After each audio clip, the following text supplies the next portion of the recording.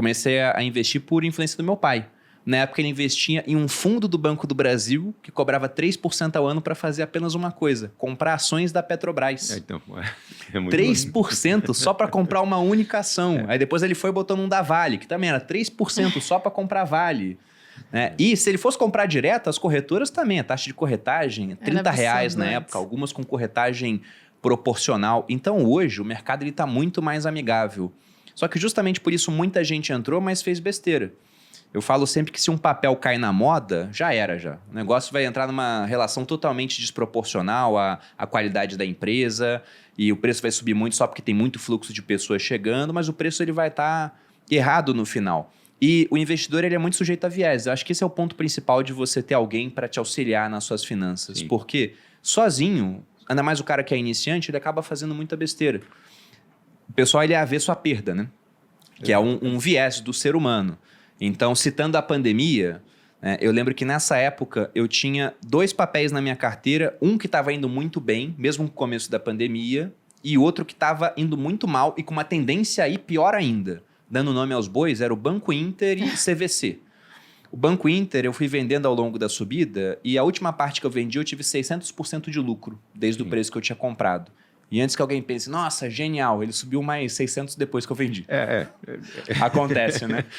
E o CVC, eu comprei em dezembro, depois que teve um problema de óleo no Nordeste. Vazou óleo lá, daí CVC foi afetada por isso, né? Pessoas cancelando a viagem. Então eu pensei, poxa, daqui a pouco, felizmente, essa situação vai estar resolvida e o pessoal vai voltar a viajar. Isso dezembro de 2019. Aí veio a pandemia. Aí ferrou mais ainda. Aí, logo no comecinho da pandemia, eu pensei, vou vender Banco Inter e tenho o CVC aqui na minha mão. E eu tinha muito lucro em uma e já tinha um prejuízo de 40% na outra. O pessoal falava, não venda é que tem prejuízo, né? Vender com lucro tudo bem, com prejuízo você segura até que um dia ela possa voltar. Não teria voltado até agora. Não. Na verdade, você tem a compensação de tributos. Exatamente. Né? Você tem que sempre, quase que mensalmente, principalmente quem tem small caps, e empresas que estão mais sujeitas à mudança da economia, mensalmente você tem que comparar o que você tem na carteira com o que o mercado oferece oportunidade. E não tem que ter dó de substituir. Porque o que você está perdendo com uma, você tem um potencial de ganho muito maior.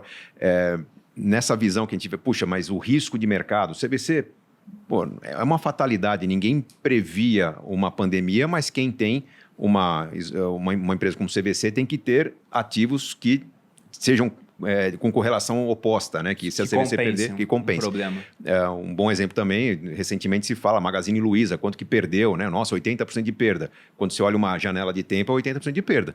A janela imediatamente anterior é 1000% de ganho. Muito ganho. E a mesma situação. Eu, se tivesse Magazine Luiza na carteira, eu talvez teria vendido com 400%, 500% de ganho e estaria comemorando, né? Porque alguém, em algum momento, analisou e viu o potencial do quanto que aquela empresa poderia se beneficiar daquele momento econômico que o Brasil tinha.